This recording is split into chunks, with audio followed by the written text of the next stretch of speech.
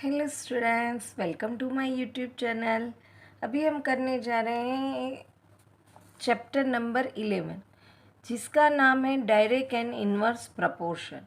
अब देखो, प्रपोर्शन यानी वन काइंड ऑफ रेशियो हमने देखा है।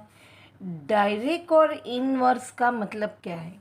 अगर डायरेक्ट की अगर हम बात करें तो कोई भी दो क्वांटिटी के अगर हम कंपैरिजन कर रहे हैं जिसमें एक क्वांटिटी में इंक्रीज होता है तो दूसरी क्वांटिटी में भी इंक्रीज होता है, और एक में अगर डिक्रीज होता है तो दूसरे में भी डिक्रीज होता है, तो उसको डायरेक्ट प्रोपोर्शन कहते हैं। और इन्वर्स किसे बोलते हैं? जिसमें दो क्वांटिटी में एक अगर इंक्रीज होती है तो दूसरी डिक्रीज होती है, यानी कि उल्टा होता है, तो वो इन्वर्स प्रोपोर्शन कहते हैं। जनरली प्रपोर्शन के लिए हमारे पास एक क्वांटिटी को ए कहा जाता है, दूसरी क्वांटिटी को बी कहा जाता है। इक्वल टू के होता है जो एक कांस्टेंट क्वांटिटी रिप्रेजेंट करता है। यहाँ पे हमें उसके हिसाब से सम सॉल्व करने हैं।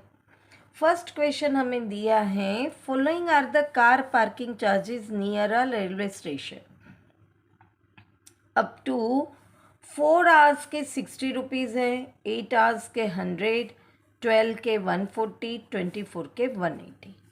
Check if the parking charges are in direct proportion to the parking time.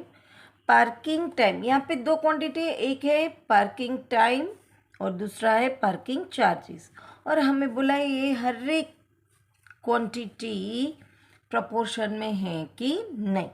तो अगर हम इसको A1 कह दे, इसको A2, इसको A3, इसको A4, और ये दूसरी क्वांटिटी है तो इसको B1, इसको B2, B3 और इसको B4 करते हैं।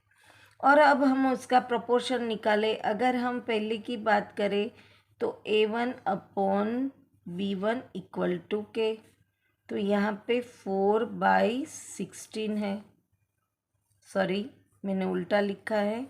ये क्वांटिटी ऊपर आएगी क्योंकि ऑब्वियसली ये बड़ा नंबर है और ये छोटा है, तो ये सब B बन जाएगा और ये A बन जाएगा, और कुछ नहीं, क्योंकि क्वांटिटी वो बड़ी है। ऐसे हम चेंज कर लेते हैं। अब यहाँ पे हम 60 चार्जेस है और यहाँ पे भी हमें लिखा हुआ है पार्किंग चार्जेस से पार्किंग टाइम का प्रोपोर्शन बताना है, तो ऑब्वियसली ये ऊपर आएगा। अब ये दोनों इवन है तो कटिंग होगा, 32 ज़ा 2 ज़ा, अभी भी इवन है तो 2 1 ज़ा और 2 15 ज़ा, तो इसका ये कांस्टेंट आया 15। अब अगर दूसरी की बात करें A2/B2, तो यहाँ पे 100 है और डिवाइड बाय 8 है। वापस इवन है तो 2 से करेंगे, अभी भी इवन है तो 2 से करेंगे। अब कटिंग नहीं हो रहा है तो इसका डेसिमल करेंगे तो 12.5 आएगा। अब आप देखो, इसका 15 आया, इसका 12.5 आया। सबके प्रोपोर्शन एक, दोनों के प्रोपोर्शन एक नहीं है। ऐसे ही हम बाकी के कर लेते हैं। A3 अपॉन B3 यानी कि 140/12। वापस इवन है तो 2 से करेंगे, अभी भी इवन है तो 2 से करेंगे। अब को प्राइम है तो नहीं होगा, तो इसका हम डेसिमल करते हैं। 3 1 ज़ा 3, 3 1 ज़ा 3, 3 6 ज़ा 18। अब वो चलता रहेगा। इसके बाद ये लास्ट क्वांटिटी को करते हैं हम 180/24। ये भी दोनों इवन है तो 2 से करेंगे, अभी भी इवन है, अभी 3 से डिविजिबल है,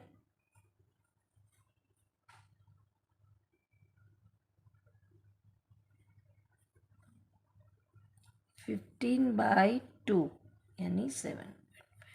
अब हमें ये पूछा गया था कि चेक ये क्वांटिटी प्रपोर्शन में है कि नहीं, पर आप देखो हर एक में अलग आंसर आ रहा है, तो ऑब्वियसली इसका आंसर आएगा नो।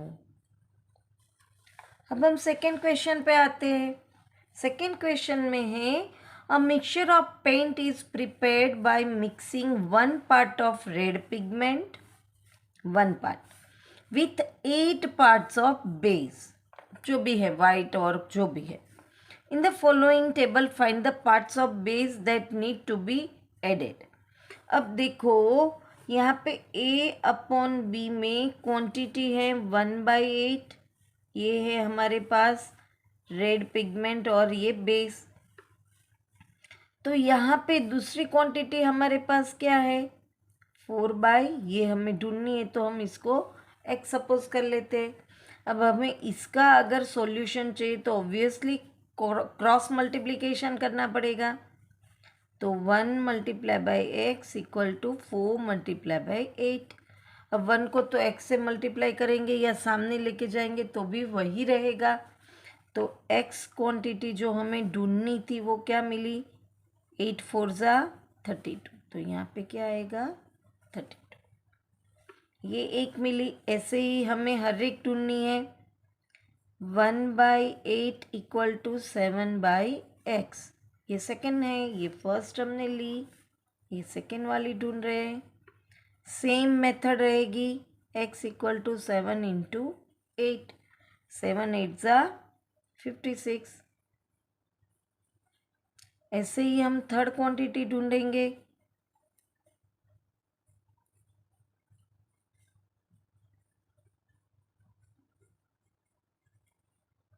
तो हमें यहाँ पे ये 56 आया, ये 96 आया। बहुत ही आसान है ये ढूंढना, क्वेश्चन को समझने की ज़रूरत है बस।